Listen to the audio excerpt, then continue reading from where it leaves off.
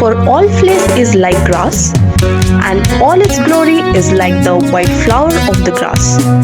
The grass dries up, and the flower falls off, but the word of the Lord remains forever.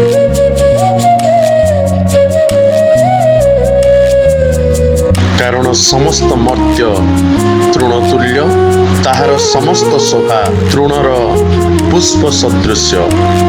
ତୃଣ ଶୁଖିଯାଏ, ଆଉ ଫୁଲ ଝଡ଼ି ପଡ଼େ, କିନ୍ତୁ ଈଶ୍ୱରଙ୍କ ବାକ୍ୟ ଅନନ୍ତ କାଳସ୍ଥାୟୀ।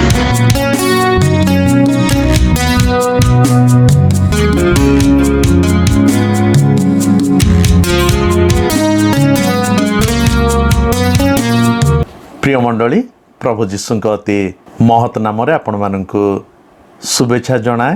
ସତରେ ପ୍ରଭୁଙ୍କ ଅନୁଗ୍ରହ ଆମ ପ୍ରତ୍ୟେକଙ୍କ ପାଇଁ କେତେ ମହାନ ଯେ ଏହି ସମସ୍ତ ଜଟିଳ ପରିସ୍ଥିତି ମଧ୍ୟରେ ପ୍ରଭୁ ସୁରକ୍ଷା ଦେଇଛନ୍ତି, ଆମ ପ୍ରତ୍ୟେକଙ୍କ ସହିତ ରହିଛନ୍ତି। ତାଙ୍କରି ଅନୁଗ୍ରହ କାହାରି ପ୍ରତି ଉଣା କରିନାହାନ୍ତି, ବରଂ ପ୍ରତିଦିନ ନୂଆ ଆଶା, ନୂଆ ଭରସା, ପୁଣି ଉତ୍ତମ ସ୍ୱାସ୍ଥ୍ୟ, ପୁଣି ଅନୁଗ୍ରହ ଦେଇ ଆମମାନଙ୍କୁ ଦିନ ପରେ ଦିନ ବଞ୍ଚିବା ପାଇଁ ସୁଯୋଗ ଦେଇଛନ୍ତି। ପ୍ରଭୁଙ୍କ ପବିତ୍ର ପୁଣି ଅଦ୍ଭୁତ ନାମର ଗୌରବ ହେଉ। ଗତ ଉପାସନାର ଦିନରେ ଆମମାନେ ଆଲୋଚନା କରିଥିଲୁ ଫିଲିପିଓ ତାର 2 ଅଧ୍ୟାୟ 6 ପଦ ପୁଣି 7 ପଦକୁ ନେଇ ଆପଣମାନଙ୍କ ସ୍ମରଣରେ ଥିବ। ତ ସେଇ ପଦ ଗୁଡ଼ାକରେ ସାଧୁ ପାଉଲ ଫିଲିପିରେ ଥିବା ସାଧୁମାନଙ୍କ ନିକଟକୁ ଯାହା ଲେଖୁଛନ୍ତି ତାହା ହେଲା, ସେ କହନ୍ତି 6 ପଦରେ, ସେ ଈଶ୍ୱର ରୂପୀ ହେଲେ ହେଁ ଈଶ୍ୱରଙ୍କ ସହିତ ସମାନ ହୋଇ ରହିବା ନିଜ ନିମନ୍ତେ ଧରି ରଖିବାର ବିଷୟ ମନେ କଲେ ନାହିଁ, କିନ୍ତୁ ମନୁଷ୍ୟ ସଦୃଶ ହୋଇ ଦାସ ରୂପ ଧାରଣ କରି ଆପଣାକୁ ଶୂନ୍ୟ କଲେ। ଆମେ ଆଲୋଚନା କଲୁ ଯେ କେମିତି ପ୍ରଭୁ ଯୀଶୁ ସ୍ୱୟଂ ଈଶ୍ୱର ହେଲେ ସୁଦ୍ଧା ସ୍ୱର୍ଗର ସମସ୍ତ ସୁଖ ସ୍ୱାଚ୍ଛନ୍ଦ୍ୟ ପୁଣି ମହିମାକୁ ପରିତ୍ୟାଗ କରି ଏହି ଜଗତକୁ ଓହ୍ଲେଇ ଆସିଲେ, ଆପଣାକୁ ଶୂନ୍ୟ କଲେ, ନମ୍ର କଲେ, ଦାସ ରୂପ ଧାରଣ କଲେ। ଆଜି ଆମେ ତା ତଳ ଅଂଶକୁ ଆଲୋଚନା କରିବା। ଆଜିର ଆଲୋଚନାର ଅଂଶ ହେଲା 8 ପଦ ପୁଣି 9 ପଦ। ଆଶା କରେ ଆପଣମାନେ ପବିତ୍ର ବାଇବଲ ଧର୍ମଶାସ୍ତ୍ରକୁ ସାଥିରେ ରଖିଛନ୍ତି। ତେବେ ମୋ ସହିତ ଖୋଲନ୍ତୁ ଫିଲିପିଓ ତାର 2 ଅଧ୍ୟାୟ 8 ପଦ ପୁଣି 9 ପଦ। ମୁଁ ସେ ଦୁଇଟି ଅଂଶକୁ ଆପଣମାନଙ୍କ ନିମନ୍ତେ ପାଠ କରିବି। 8 ପଦରେ ଏ ପ୍ରକାର ଲେଖା ଅଛି, ପୁଣି ମନୁଷ୍ୟ ଭାବରେ ଦେଖାଯାଇ ମୃତ୍ୟୁ ପର୍ଯ୍ୟନ୍ତ, ହଁ କୃଷ୍ୟ ମୃତ୍ୟୁ ପର୍ଯ୍ୟନ୍ତ ଆଜ୍ଞାବହ ହୋଇ ଆପଣାକୁ ଅବନତ କଲେ। ଏହି କାରଣରୁ ଈଶ୍ୱର ତାହାଙ୍କୁ ଅତିଶୟ ଉନ୍ନତ କରିଅଛନ୍ତି, ପୁଣି ସମସ୍ତ ନାମ ଅପେକ୍ଷା ସର୍ବୋତ୍କୃଷ୍ଟ ନାମ ତାହାଙ୍କୁ ପ୍ରଦାନ କରିଅଛନ୍ତି। 8 ପଦରେ ପାଉଲ ଏ କଥା କହନ୍ତି, ପୁଣି ମନୁଷ୍ୟ ଭାବରେ ଦେଖାଯାଇ ମୃତ୍ୟୁ ପର୍ଯ୍ୟନ୍ତ, ହଁ କୃଷ୍ୟ ମୃତ୍ୟୁ ପର୍ଯ୍ୟନ୍ତ ଆଜ୍ଞାବହ ହୋଇ ଆପଣାକୁ ଅବନତ କଲେ। ଆମମାନେ ପୂର୍ବ ଅଂଶରେ ଦେଖିଥିଲୁ ସେ ମନୁଷ୍ୟ ରୂପ ନେଇ ଏହି ଜଗତକୁ ଓହ୍ଲେଇ ଆସିଲେ।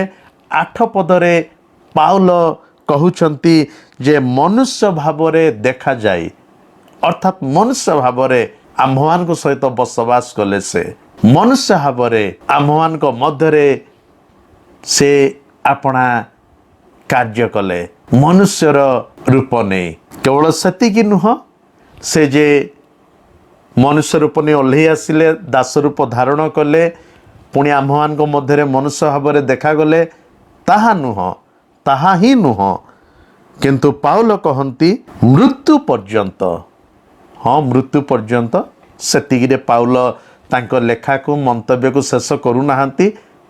ପୁଣି କହୁଛନ୍ତି, ହଁ କୃଷିୟ ମୃତ୍ୟୁ ପର୍ଯ୍ୟନ୍ତ ଆଜ୍ଞାବହ ହୋଇ ଆପଣାକୁ ଅବନତ କଲେ। କେବଳ ମୃତ୍ୟୁ ନୁହଁ, ହଁ କୃଷିୟ ମୃତ୍ୟୁ। ପ୍ରିୟ ମଣ୍ଡଳୀ, କୃଷିୟ ମୃତ୍ୟୁ, ଯେତେବେଳେ ପାଉଲ କହନ୍ତି କୃଷିୟ ମୃତ୍ୟୁ, ତେବେ ସେ କହିବାର ଅର୍ଥ ଆଉ କିଛି ଭିନ୍ନ ଅଛି। ସେ କହିବାରେ କିଛି ମହତ୍ଵତା ରହିଛି। ପାଉଲ ହଁ କୃଷିୟ ମୃତ୍ୟୁ କଥା ଯେତେବେଳେ କହନ୍ତି, କିଛି ଗୁରୁତ୍ୱତା ରହିଛି। କ'ଣ ସେ ଗୁରୁତ୍ୱତା, କ'ଣ ସେ ମହତ୍ଵତା?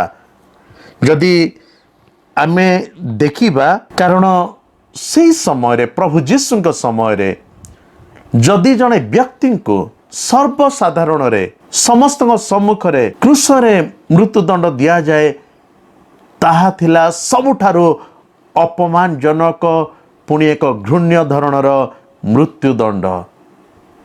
ଆଉ ସେହି ପ୍ରକାର ଅପମାନଜନକ ପୁଣି ଘୃଣ୍ୟ ଧରଣର ମୃତ୍ୟୁଦଣ୍ଡ ପ୍ରଭୁ ଯୀଶୁଙ୍କୁ ଦିଆଗଲା। ପାଉଲ କହନ୍ତି, Paul says, even the death of the cross, because the cross was the most humiliating way for a person to die. କୃଷିୟ ମୃତ୍ୟୁ, କୃଷରେ ମୃତ୍ୟୁଭୋଗ କରିବା ଜଣେ ବ୍ୟକ୍ତିଙ୍କ ନିମନ୍ତେ ଅତି ଅପମାନଜନକ, ପୁଣି ଏକ ଘୃଣ୍ୟ ମୃତ୍ୟୁ ଅଟେ। ଆଉ ସେହି ପ୍ରକାର ମୃତ୍ୟୁ ପ୍ରଭୁ ଯୀଶୁଙ୍କୁ ଦିଆଗଲା। ପୁଣି ସେହି ପ୍ରକାର ମୃତ୍ୟୁକୁ ପ୍ରଭୁ ଯୀଶୁ ଆପଣଙ୍କ ନିମନ୍ତେ, ମୋ ନିମନ୍ତେ, ଆପଣଙ୍କ ପରିତ୍ରାଣ ନିମନ୍ତେ, ମୋ ପରିତ୍ରାଣ ନିମନ୍ତେ ଆଲିଙ୍ଗନ କଲେ, ଗ୍ରହଣ କଲେ, ବାଛି ନେଲେ। ଧନ୍ୟ ସେହି ପ୍ରଭୁ ଯୀଶୁ, ଧନ୍ୟ ତାଙ୍କରି ଯୋଜନା, ପୁଣି ପ୍ରେମ। ତେବେ କ୍ରୁଶ, ପୁଣି କ୍ରୁଶ ଉପରେ ମୃତ୍ୟୁଭୋଗ କରିବା ବା କ୍ରୁଶ ଉପରେ ଜଣକୁ ମୃତ୍ୟୁ ଦେବା ଅତି ଘୃଣ୍ୟ, ପୁଣି ଅପମାନଜନକ, ନିନ୍ଦାଜନକ ମୃତ୍ୟୁ ଅଟେ।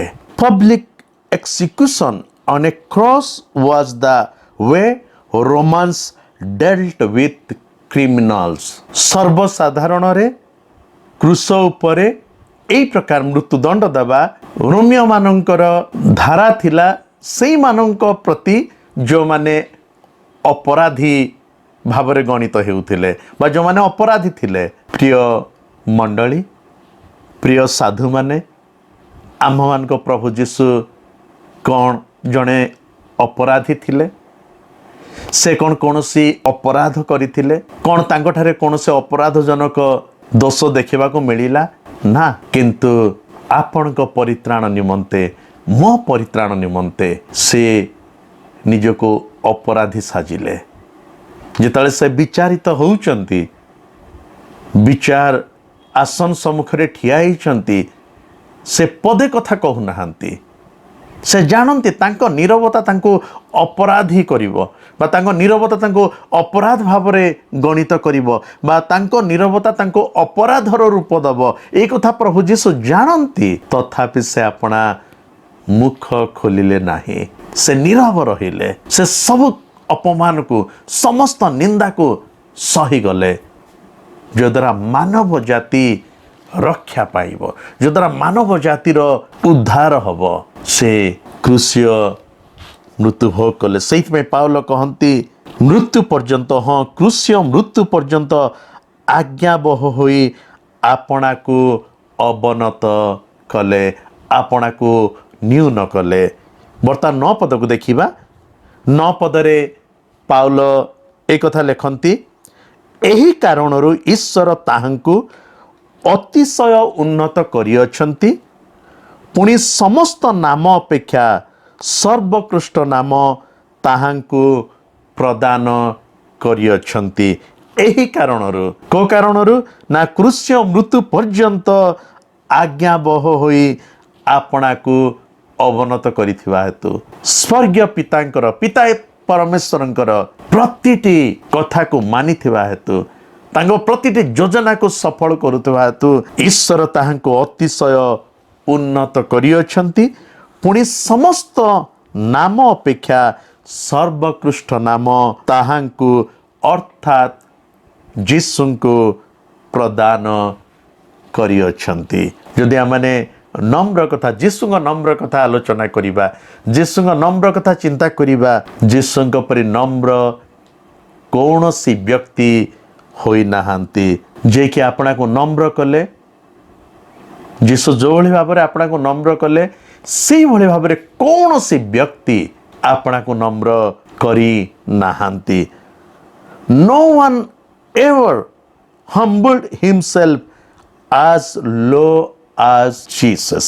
କେହି ମଧ୍ୟ ନିଜକୁ ଯୀଶୁଙ୍କ ତୁଲ୍ୟ ନମ୍ର କରିନାହାନ୍ତି, ନ୍ୟୁନ କରିନାହାନ୍ତି। ପ୍ରଭୁ ଯୀଶୁ ଆପଣଙ୍କୁ ନ୍ୟୁନ କଲେ, ପ୍ରଭୁ ଯୀଶୁ ଆପଣଙ୍କୁ ନମ୍ର କଲେ। ସେ କ'ଣ ହେଉଛନ୍ତି ନା ନିଜକୁ ଅବନତ କରୁଛନ୍ତି। ଆମେ ଏ କଥା ଦେଖିଲୁ ଯେ କୌଣସି ବ୍ୟକ୍ତି ଯୀଶୁଙ୍କ ତୁଲ୍ୟ ଆପଣଙ୍କୁ ନ୍ୟୁନ ବା ଅବନତ ନମ୍ର କରିନାହାନ୍ତି।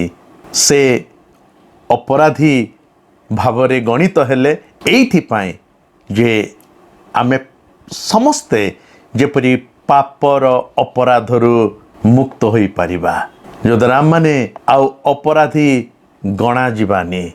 No one ever humbled himself as low as Jesus, and none was exalted so high as Jesus.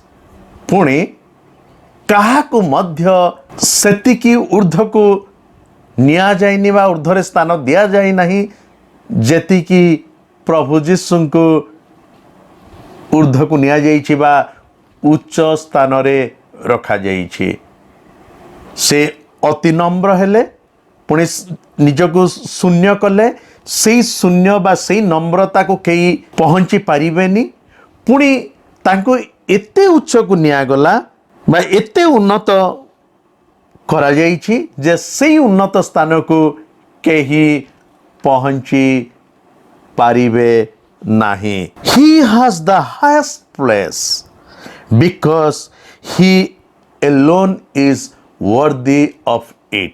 ସେ ସର୍ବୋଚ୍ଚ ସ୍ଥାନରେ ଅଛନ୍ତି କାରଣ ସେ ହିଁ ସେଇ ସ୍ଥାନରେ ରହିବାର ଯୋଗ୍ୟ ଅଟନ୍ତି। ସେଇଥିପାଇଁ ତ 9 ପଦରେ ପାଉଲ କହିଲେ, ଏହି କାରଣରୁ ଈଶ୍ୱର ତାହାଙ୍କୁ ଅତିଶୟ ଉନ୍ନତ କରିଅଛନ୍ତି, ପୁଣି ସମସ୍ତ ନାମ ଅପେକ୍ଷା ସର୍ବୋତ୍କୃଷ୍ଟ ନାମ ତାହାଙ୍କୁ ପ୍ରଦାନ କରିଅଛନ୍ତି। ସର୍ବୋତ୍କୃଷ୍ଟ ନାମ ତାହାଙ୍କୁ ଈଶ୍ୱର ପ୍ରଦାନ କରିଅଛନ୍ତି। ପ୍ରଭୁଙ୍କ ଗୌରବ ହେଉ, ପ୍ରଭୁଙ୍କ ମହିମା ହେଉ। ସେ ନିଜକୁ ନଥ କଲେ, ନିଜକୁ ଶୂନ୍ୟ କଲେ, ନମ୍ର କଲେ, କିନ୍ତୁ ସର୍ବୋତ୍କୃଷ୍ଟ ନାମର ଅଧିକାରୀ ହେଲେ ସେ। ପୁଣି ସର୍ବୋଚ୍ଚ ସ୍ଥାନରେ ସେ ବର୍ତ୍ତମାନ ଅଛନ୍ତି। ଯଦି ଆମମାନେ ପ୍ରେରିତ 4 ଅଧ୍ୟାୟର 12 ପଦକୁ ପଢ଼ିବା, ସେଇଠି ଧର୍ମଶାସ୍ତ୍ର ଆମମାନଙ୍କୁ ଏଇ କଥା କୁହେ, ଲେଖାଯାଇଛି ପ୍ରେରିତ 12 ଅଧ୍ୟାୟର 4 ପଦରେ, ତାହାଙ୍କ ଛଡ଼ା ଆଉ କାହାଠାରେ ପରିତ୍ରାଣ ନାହିଁ, କାରଣ ଯାହାଦ୍ୱାରା ଆମ୍ଭମାନଙ୍କୁ ପରିତ୍ରାଣ ପାଇବାକୁ ହେବ, ଆକାଶ ତଳେ ମନୁଷ୍ୟମାନଙ୍କ ମଧ୍ୟରେ ଆଉ କୌଣସି ନାମ ଦିଆଯାଇ ନାହିଁ। And there is no salvation through any other, for there is no other name under heaven given among men by which we must be saved. ଆକାଶ ତଳେ ମନୁଷ୍ୟମାନଙ୍କ ମଧ୍ୟରେ ଆଉ କୌଣସି ନାମ ଦିଆଯାଇ ନାହିଁ, ପୁଣି ତାହାଙ୍କ ଛଡ଼ା କାହାରିଠାରେ ପରିତ୍ରାଣ ନାହିଁ। କେବଳ ସେ ହିଁ ଆମ୍ଭମାନଙ୍କ ପରିତ୍ରାଣକର୍ତ୍ତା, ସେ ହିଁ ଆମ୍ଭମାନଙ୍କୁ ଉଦ୍ଧାର କର୍ତ୍ତା। କାରଣ ଆମ୍ଭମାନଙ୍କୁ ଉଦ୍ଧାର କରିବା ପାଇଁ, ଆମ୍ଭମାନଙ୍କୁ ପାପର ସେଇ ବେତନ ମୃତ୍ୟୁରୁ ରକ୍ଷା କରିବା ପାଇଁ, ପୁଣି ଆମ୍ଭମାନଙ୍କୁ ପରିତ୍ରାଣ ଦେବା ପାଇଁ ସେ ଆପଣାକୁ ଶୂନ୍ୟ କଲେ। ମୃତ୍ୟୁ ପର୍ଯ୍ୟନ୍ତ, ହଁ କୃଷ୍ୟ ମୃତ୍ୟୁ ପର୍ଯ୍ୟନ୍ତ ସେ ଆଜ୍ଞାବହ ହେଲେ, ଯଦ୍ୱାରା ଆପଣ ଆଉ ମୁଁ ଜୀବିତ ରହିପାରିବା, ତାହାଙ୍କ ସହିତ ଅନନ୍ତ କାଳ ନିମନ୍ତେ ସ୍ୱର୍ଗରେ ବସବାସ କରିବା। ପ୍ରିୟ ମଣ୍ଡଳୀ, ପ୍ରିୟ ପ୍ରଭୁଙ୍କ ଲୋକମାନେ, ଅନୁଗ୍ରହ ପ୍ରଭୁ ଆମମାନଙ୍କୁ ଦେଇଛନ୍ତି। प्रेम आम प्रति प्रभु प्रकाश करिसंती मनुष्य रूप धारण कर जगत को ओह्लई आसवा द्वारा निजक शून्य करने द्वारा निजक अवनत करने द्वारा पुणी क्रूस्य मृत्यु पर्यंत आज्ञाबह हवा द्वारा आस माने से प्रभु जीशु को निज हृदय रे स्थान देउ। आसु से प्रभु जीशुंकर मन आज आम मानक मन हेउ आम मंडलीर मन आज प्रभुंक मन हेउ आम प्रत्येक मन से मन हेउ जे मन प्रभु जीशुंकर थिला। तेणु तो पाउल 5 पद लिखती ख्रीष्ट जीशुंकर जेपरी मन थिला तुम्ह मानकर सेहीपरी मन हेउ। प्रभु गौरव पांतु आमर से प्रार्थना हो प्रभु साहाय्य कर जेपरी तुम निकट को आम आसबू से मन को धारण करूँ निजक अवनत करूँ शून्य करूँ न्यून करूँ पुणी तुम शरण नेबू तुम ठारे विश्वास स्थापन करूँ भरोसा रखू जो द्वारा तुम योजना अनुजाई आम माने तुमरी निरूपित समय तुम सहित अनंत काल बास करूँ। प्रभु आम प्रत्येक को अनुग्रह प्रदान करंतु पुणी तांको सहित रही तांकरी उपस्थिति को चिरकाल निमंते अनुभव करने सुजोग दियंतु। प्रिय मंडली यह वाक्य दे प्रभु आम प्रत्येक को उत्साहित करंतु पुणी तांकरी निमंते बंचिबा पाई आम मान को प्रस्तुतिर मन दियंतु। परस्पर निमंते प्रार्थना करिबा पुणी परस्पर को आमने प्रार्थना तोड़ी धरिबा पुणी परस्पर उत्साह पुणी प्रेरणार कारण हवा।